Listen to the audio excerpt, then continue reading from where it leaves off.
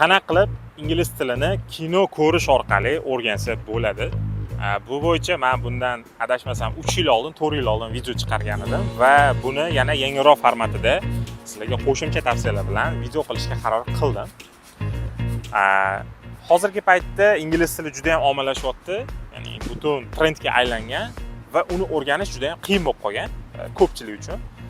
Yoki bo'lmasam ko'pchilik ingliz tilini qanaqadir qiziqroq yo'l bilan o'rganishni xohlayman deydi. Ham o'quv markaziga borib, ham film tomosha qilib ham o'rgansa bo'ladimi degan variantlarni ham ko'pchilik so'raydi. O'shaning uchun men o'zim shaxsiy tajribamdan kelib chiqib sizlarga tavsiyalarim bor.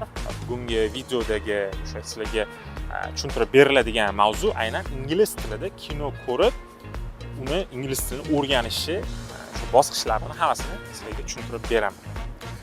Xo'p, eng birinchi sizlarga qiyin bo'ladigan narsa, masalan, o'zingiz ingliz til darajangizni boshida 0 bo'lsangiz, 0 dan kino ko'rish qiyin bo'ladi. Shuning uchun sizlarga tavsiyam hech bo'lmasa levelingizni elementaryga chiqarib oling. Beginnerdan elementaryga o'tib oling. Nima uchun? Chunki elementary levelga o'tgan odamni beginnerga qaraganda boshlang'ich o'sha bilimlari bo'ladi. Ya'ni gap strukturalarini ozgina tushunadi. Ozgina bilib oling. Subject, verb, object yoki 3-4 ta zamonni bilib oling hech bo'lmaganda. Tavsiyam. Undan keyin o'rtacha sizda qanchadir vocabulary bo'ladi, 500 ta 600 ta so'z bilasiz. Undan keyin kino ko'rib ingliz tilingizni yaxshilashni men tavsiya bergan bo'lardim. Xo'p, qanaqa kinolarni ko'rish kerak? Sizlarga ko'proq men tavsiya beraman Netflix platformasidan, Netflixdan obuna olishinglar. Netflixga ulansanglar, bu yoqda filmlar juda ham ko'p. Har xil janrda filmlar bor, o'ziga yoqadigan janrda. Va o'sha janrdagi filmlarni ko'rsangiz bo'ladi. Agar Netflixga imkoniyatingiz bo'lmasa, unda mana All Play bor, arzonrog'i yoki unga ham imkoniyatim yo'q desangiz, unda internetda o'ziga, shu Google o'ziga o'zi yoqtirgan filmni nomini yozib, uni ingliz tilida, ya'ni in English deb yoki in English with subtitles deb yozsangiz, ya'ni subtitr bilan desa chiqib keladi. Yana tavsiya sizlarga, agar qanaqa filmlarni tomosha qilishni bilmasangiz, YouTube'ga kiring. Mana shu YouTube'da bo'lsangiz, qidiruvga, masalan, top 10 misol uchun English films yoki movies deb yozsangiz, 2025-yilda yoki 2023-yilda shunda sizga qiziqroq bo'lgan kinolar ro'yxatini beradi. Ya'ni reytingi balandroq filmlar. Shunda siz ham mazza qilib tomosha qilasiz, ham o'sha ingliz tilida filmlarni ko'rasiz. Boshlanishiga qanaqa filmlarni tavsiya bergan bo'lardim? Xo'p, eng birinchi sizlarga tavsiya beradigan filmlarimni bu bo'lishi mumkin. Osonrog'i, xo'p, Johnny English. Johnny English nega? O'sha birinchi, ikkinchi qismlari. Bu yoqda British accentda kelgan va o'sha subtitle bilan ko'rsangiz, so'zlari, frazalari, ya'ni iboralari unaqa qiyin emas, oson. Xo'p, film tomosha qilyapsiz. Ya'ni filmni bosdingiz, play bosdingiz va tomosha qilyapsiz. Subtitrni yoqib qo'ying.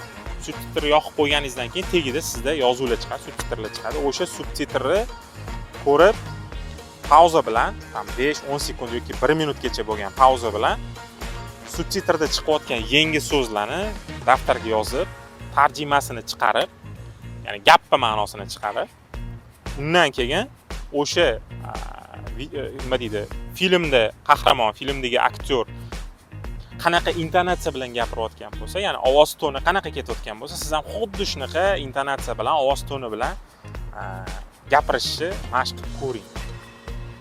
Ya'ni qanaqa gapiryapti, qanaqa ovoz toni bor. Masalan, it's really delicious desa, siz ham orqasidan it's really delicious deb qaytaring, misol uchun. Shunda sizni ingliz tilini eshitib o'rganish qobiliyati ham shakllanadi. Ya'ni siz ham eshitasiz, ham yangi so'z yodlaysiz, ham ko'rasiz, vizual tarzda ko'rasiz va ham o'sha gaplarni, frazalarni, har xil dialoglarni esingizda saqlab qolasiz. Ertaga ingliz tilida gaplashish kerak bo'lsa, shu frazalar sizni esingizga tushadi. Chunki ilmiy tadqiqot, ya'ni ilmiy o'sha olimlarning tadqiqotiga ko'ra, odamzod o'qigan narsasini 30% eslab qoladi. Eshitib orqasidan takrorlagan narsasini 80% gacha eslab qoladi.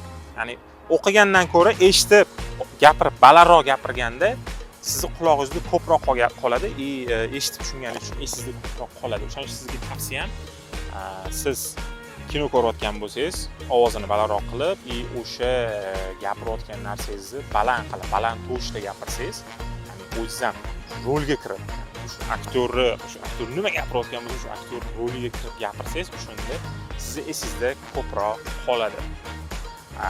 Asosiy tavsiyam shu. Keyin bitta filmni bir kunda ko'rib qo'yaman deyishingiz mumkin. Tavsiya qilaman, bir kunda bitta film boshdan oxirigacha ko'rishga harakat qilmang. Nimaga? Chunki vaqtingiz ko'p ketib qoladi. Boshlanishiga hech bo'lmaganda 1 soat, 2 soat bu bilan shug'ullaning.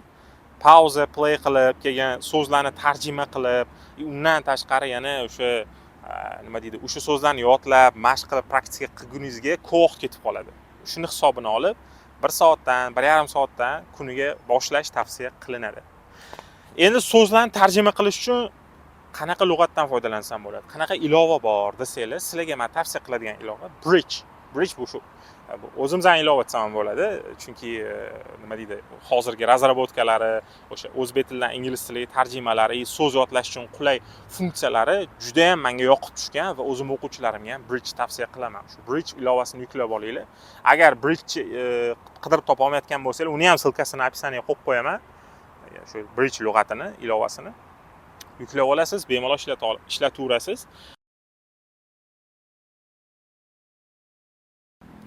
Yana sizlarga tavsiyam, agar siz darajangiz 0 bo'lsa, umuman ingliz tilini bilmasangiz, nima qilsa bo'ladi shunda? Ingliz tilini men bilmayman desangiz, bizning o'zimizning onlayn kursimiz bor. Ya'ni ingliz tilini 0 dan o'rganish uchun tayyor video darslar, tayyor darslar, xohlasanglar jonli dars, xohlasanglar yozib olingan video dars shaklida o'rgansanglar bo'ladi.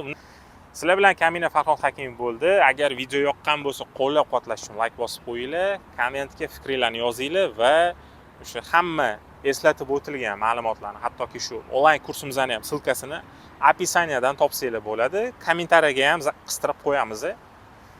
Keyingi videolarda ko'rishguncha.